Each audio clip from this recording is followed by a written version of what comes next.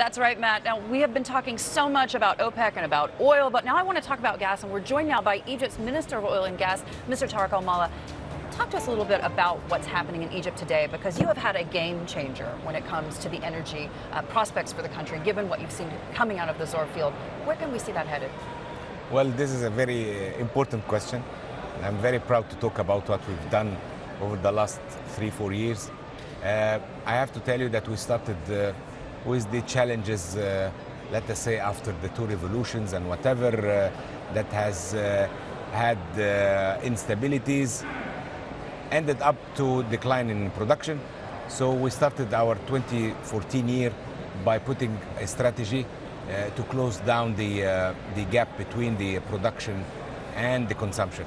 And this had to make a bridge by importing some LNG cargoes, and in order to satisfy the market. We were producing at a time at the low end of our production 3.7 BCF a day, 3.7 billion cubic foot per day. Now we are producing 6.5 billion cubic foot per day, and this has been done in less than 3 years. And we started to do this with the many discoveries that we had, among which, of course, the famous Zohr. Zohr is really something that we are all proud of. Of course, with our partner Eni, they were able, of course, to get this discovery. We developed together a plan, and they were really busy in drilling the wells offshore.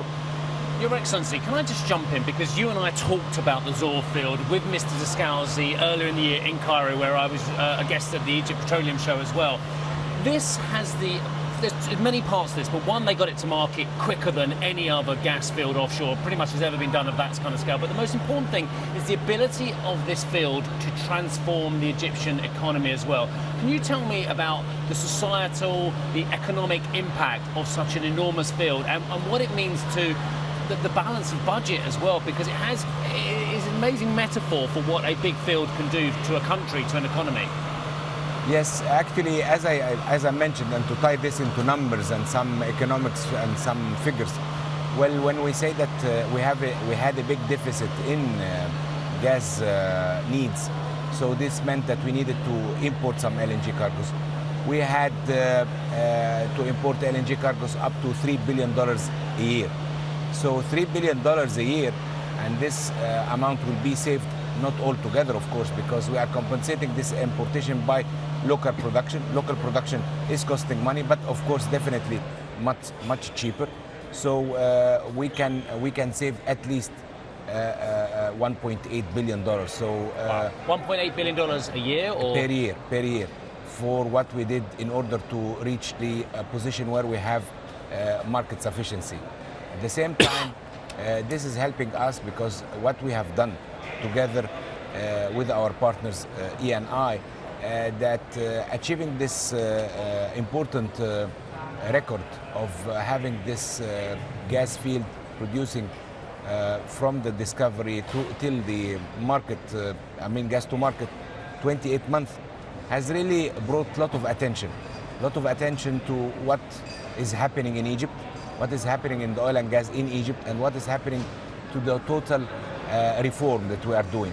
So this has not only done, what we have done is not only what we are progressing in the oil and gas industry, but it all has been helped as well in parallel with the economic reform that we are undergoing. I want to ask you about that specifically, because what does this mean for regular Egyptians? What does this mean for their pockets? Because we've talked about these subsidies for years now. This is all part of President Sisi's vision. And as you've just said, the fact that you were able to do this so quickly really does speak to the enormous engine that's driving this economic reform. And that, of course, is the government and is the military as well.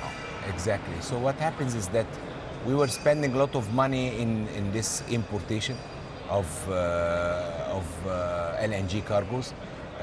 This money and part of the reform that we are undergoing now is to avail, and this is part of the energy reform as well, to avail, instead of the fuel subsidies and the importation, we are covering the people, adding more of social safety nets and spending more in public transportation and more focusing, as you perhaps know now, on education and healthcare.